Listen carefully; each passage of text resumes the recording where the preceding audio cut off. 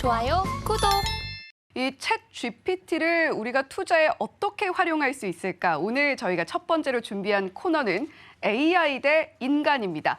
자, AI를 대표하는 챗 GPT 그리고 인간을 대표하는 대표 선수로 우리 강관우 앵커가 직접 나서서 챗 GPT가 갖고 있는 정보들을 인간의 인사이트로 풀어준다 이런 의미인데요. 자, 오늘 챗 GPT가 어떤 대답을 내놓을지 그 주제를 먼저 선정을 해봤습니다. 저희 오프닝에서도 말씀드렸던 것처럼 지금 SVB 사태가 불러오고 있는 후폭풍이 굉장히 큽니다. 시장 하락으로 이어지고 있고 또 지금 금융주들의 큰 하락으로 이어지고 있기 때문에 이 사건 챗 GPT는 어떻게 얘기하고 있을지 화면으로 먼저 확인해 보겠습니다. 자, 이렇게 SVB 파산 후폭풍을 챗 GPT에게 물어봤습니다. 어떤 답변이 나왔을까요?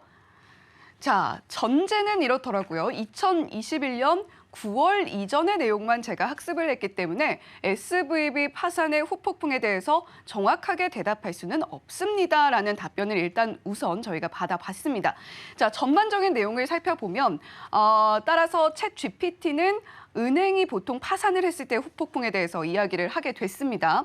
자, 첫 번째로 예금자와 채권자의 손실 가능성에 대해서 이야기를 하고 있고요. 그리고 금융 서비스 전반에 대한 신뢰가 떨어지기 때문에 금융시장의 불안을 야기할 수 있다라는 것이 두 번째로 저희가 받은 답변이었습니다. 자, 더불어서 대응 시나리오를 과연 어떻게 짜게 될 것인가, 정부 차원의 대응, 어떻게 우리가 인수를 하고 매각을 할 것인가에 대한 이야기들이 나오고 있었는데요. 자, 강관우 앵커님, 저희가 하나하나 좀 짚어봐야 될 것 같아요. 자, 예금자와 채권자의 손실 가능성, 사실 어느 정도는 좀 챗 GPT가 당연한 얘기를 하고 있는 것 같습니다. 네, 이제 챗 GPT의 수준이 사실은 그렇게 아주 그 세부적인 것까지는 얘기를 안 해주고 좀 대략적인 얘기를 아주 리포트 수준의 정도는 우리가 대답을 얻을 수가 있어요. 근데 네. 이제 저희 같이 이제 그 업계에서 한 30년 넘게 일하는 사람 수준까지 대답은 주지는 않고 있지만 어쨌든 개략적인 얘기는 들을 수 있어요. 근데 이제 제가 먼저 하고 싶은 거는 팩트 체크부터 좀 먼저 하고 싶어요.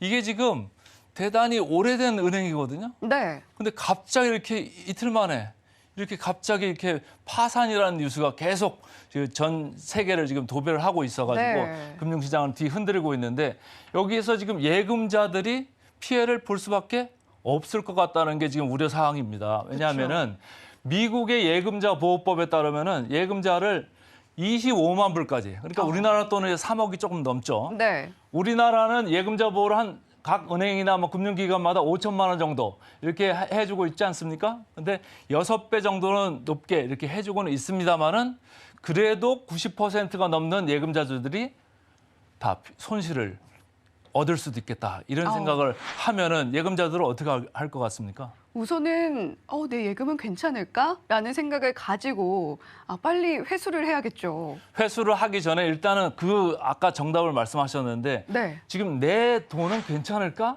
이런 아주 기본적이고 그 기초적인 생각을 하겠죠. 네. 근데 조금 신뢰가 떨어진다 이런 생각을 하면은 어떻게 할 것 같아요? 은행을 뛰어갈까요? 아니면 그냥 느긋하게 정부를 믿고 기다릴까요? 일단은 믿고 기다리는 거는 쉽지 않을 것 같습니다.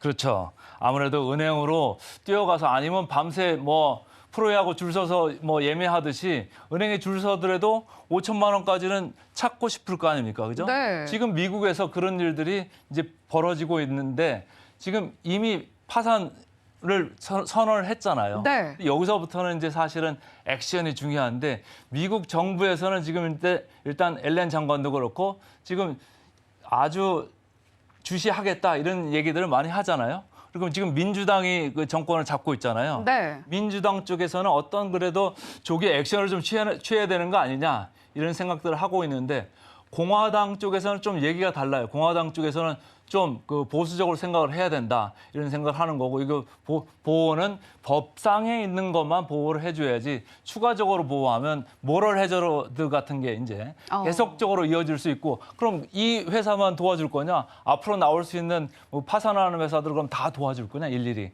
이런 얘기들이 있거든요. 그 도와주다 보면 그 돈이 다 누구 돈입니까? 미국에서 시민들이 세금 낸 돈으로 도와줄 수밖에 없는 거거든요. 그쵸. 그렇기 때문에 이게 상당히 이제 문제가 되는 건데 최근에 이 실리콘 밸리 뱅크 발음하기도 되게 힘들죠. 실리콘 밸리 은행이죠.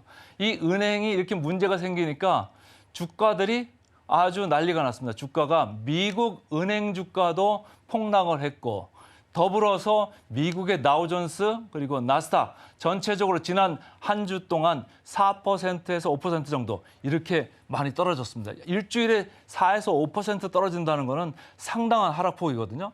이거에 영향을 받아서 우리나라 증시도 잘 버티고 있다가 지난 목요일 금요일 계속 밀렸잖아요. 그래서 우리나라도 코스피, 코스닥 할 거 없이 1.7% 내외로 계속 이렇게 떨어졌는데 이게 조금 이제 문제가 있어요. 제가 좀 차트를 하나 준비를 했는데 이 차트를 보시면은 이게 왜 지금 우리가 좀 걱정을 해야 되나 이런 생각을 좀 하셔야 될 겁니다.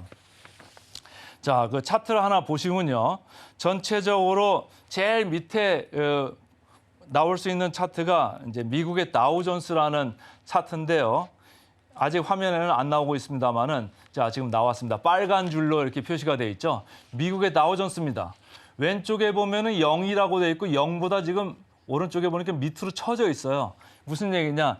연초 대비해서 한 마이너스 4, 5%까지 지금 떨어져 있는 이런 상황이고요. 가운데 두 줄이 파란 줄, 녹색 줄 있습니다. 파란 줄은 나스닥이고 녹색 줄은 코스피인데 지금 거의 같이 다니고 있어요. 지금 연초보다는 한 5%, 6% 지금 올라온 상황이기는 합니다만은 최근에 조금 밀리고 있고 제일 위에가 우리나라 코스닥입니다.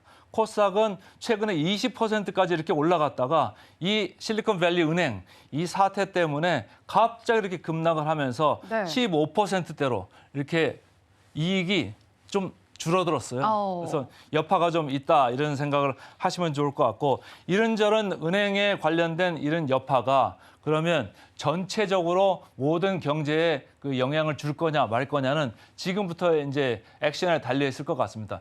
미국 정부가 신속하게 해서 이것을 어떻게 예금자를 보호할 방법을 마련을 할 거냐 안 할 거냐 이 문제인데 마련을 안 할 거다라고 생각을 하면은 이 실리콘밸리 은행에 지금 돈을 많이 넣은 회사들이 전부 다 실리콘밸리 쪽에 있는 회사들이에요. 실리콘밸리가 서부 쪽에 있잖아요. 서부에는 특히 IT 회사들도 많고요.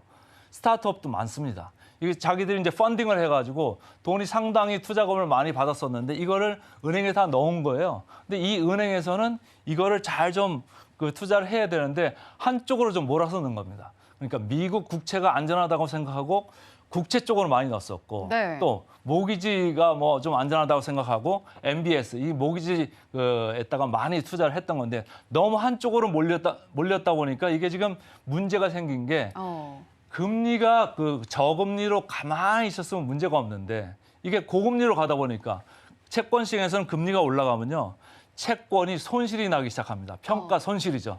근데 평가 손실만 나고 나중에 다시 금리가 떨어지면은 이 평가 손실은 다시 평가 이익으로 바뀌면서 문제가 없거든요. 그럼 만기까지 들고 가고 예금자들한테 금리 이자를 내주면 돼요. 근데 그 전에 실리콘밸리의 은행에 대해서 물음표를 가지고 아까 우리 이현 앵커 얘기를 했습니다만 신뢰가 약간 금이 가는 순간 네. 모든 사람들이 뛰어가기 시작합니다. 뛰어가기 시작하면은 우리가 왜 여름에 집중 폭우가 내리면 물이 잘 빠질까요? 안 빠질까요? 안 빠지죠. 넘치죠. 물이 넘치죠. 네. 길가에 막 물 넘친다고 난리지 않습니까? 국지성 호우 이런 얘기들이 많이 나오잖아요. 마찬가지입니다. 은행도 돈을 100% 다 들고 있는 게 아니에요. 그래서 지급 준비율에 상응하는 그 정도만 들고 있기 때문에 거의 5% 언더라고 보시면 되거든요. 그러면은 다 달려가면 이게 문제가 생기는 겁니다. 신뢰가 깨질지 말지 이번 주에 좀 테스트를 받을 것 같습니다. 좋아요, 구독.